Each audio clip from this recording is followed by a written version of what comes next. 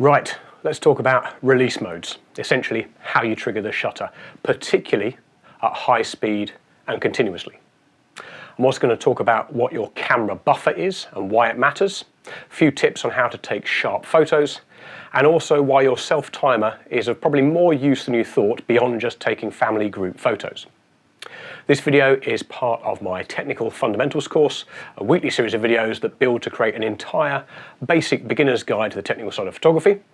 If you like what I'm doing, hit like, subscribe obviously so you get notifications every week, and if you've got any questions, stick them in the comments below.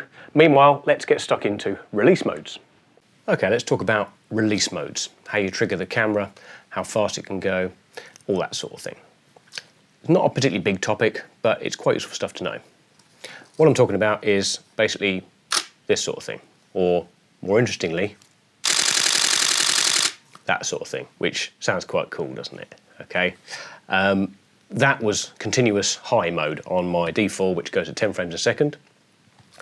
What continuous mode means, it'll be marked either by CL, CH, or by lots of little squares stacked on top of each other, is it means your camera will keep on taking pictures as long as you hold your finger on the shutter or until the buffer fills up. Now, we came across the buffer earlier a little bit. We'll go into a bit more detail now. The buffer is basically how long it takes your camera to process the images out. If you think back to the olden days, you might have a camera that could, say, shoot at 6 frames per second, and you had a roll of 36 exposures on a roll of 35mm film.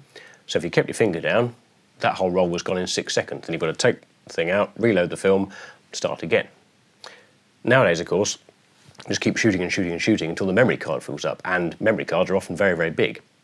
What tends to slow your camera down is the buffer, and that's the internal computer here inside the camera that is taking all that information from the sensor, making pictures from it, taking all the information it needs so that it can decide what's light, what's dark, what's blue, what's red, wrapping it all up into an actual usable image file format, and then writing that onto the card.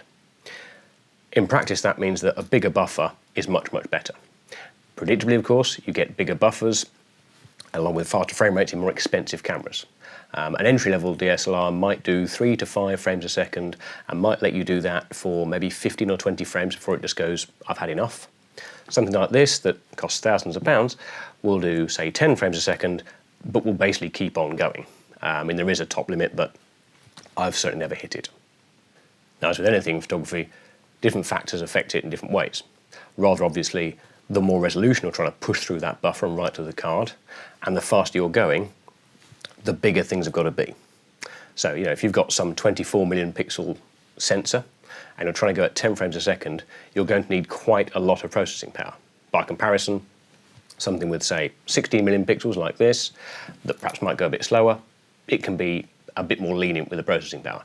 What's quite common is nowadays lots and lots of entry-level DSLRs have a lot of resolution, say 24, maybe even 30 million pixels, but the buffers aren't very big, so you find they can't shoot very fast. There's often a trade-off. Like I said, it's yet again one of the reasons why cameras like this, despite not seeming to have great headline features, actually cost a lot more money, because the stuff that's really important is buried deep within the camera and allows you to do a bit more. Now, you can probably imagine one of the applications of being able to shoot as fast as something like 10 frames a second is during action or sports photography, so that you get more chances to capture the precise moment you're after. That means you're almost certainly going to be using continuous focusing of some sort or other, and it's also yet another excuse to want to do back button focus so you can be in charge of when it's shooting and when it's focusing. Okay, this is one of those instances when it really comes to the fore, and I use it all the time for that purpose. Now, whilst we're thinking about focusing and things being sharp, and we're also thinking about frame rates, think about what happens when you press the shutter in a camera like this. Remember, every time I press the shutter, let me line it up with the camera there, every time I press the shutter, the mirror goes up, okay? You can see it hammering away there at 10 frames a second. Okay, I'll do a nice long shutter speed to get a better idea. We know from our insight into camera shake, think right back to the exposure part of the course, that any vibration in this camera is going to create camera shake, and that's going to make our images out of focus. It's going to give us that blur that's caused by motion when you're taking the picture. Now, we've only so far thought about blur caused by trying to hand hold, say, a whole second and shaking the camera. But if you're after really critically sharp images, you've got to be aware that a mirror hammering up into the camera at 10 frames a second, again, we'll have a look at that, I can feel that vibrating. Now, of course, if I'm shooting at 10 frames a second, it's quite likely I'm shooting fast action stuff, and I've got a very fast shutter speed, and as such, I'm not going to see the vibrations. But if you want the maximum in shake-free photographs, what you need to do is use mirror-up mode. Now, what mirror-up mode does is kind of what it says in the name. It locks the mirror up. With your first press of the shutter, the mirror goes up, and then you wait a decent amount of time for any vibrations to die down, and then with the second press, the shutter is opened and the image is created. Okay? Now, obviously, to further secure your camera, make sure you're nice and shake-free, you'd put it on a tripod.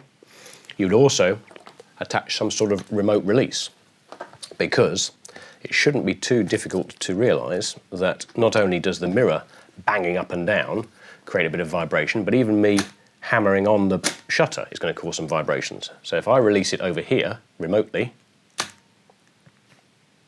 the camera should be very, very still at the moment I take the picture.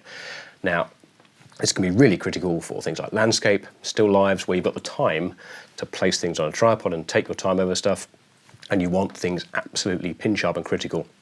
Usually, of course, augmented by the fact you might have a very small aperture, let's say, with a landscape, so you're going to have commensurately quite a slow shutter speed. All of these things will help you to reduce the amount of camera shake you're liable to get.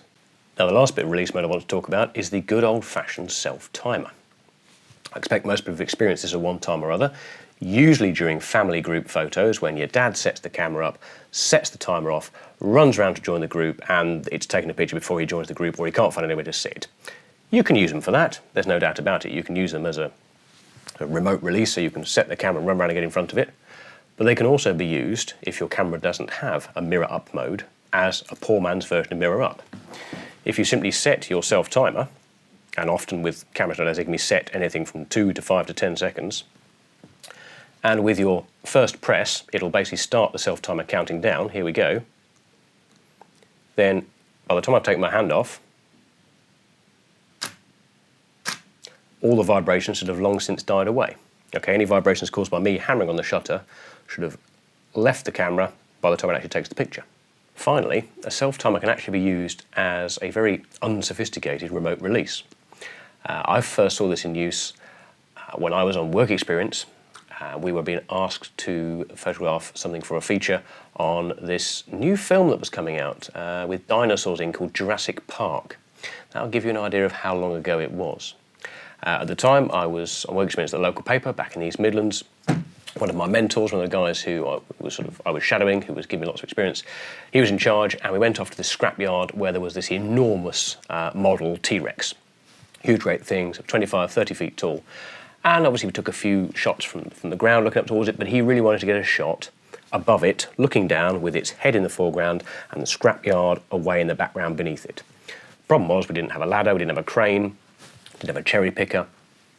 What we did have was a big pile of rubble quite near it, and John had his monopod, one of these, which is basically a single-legged tripod, okay?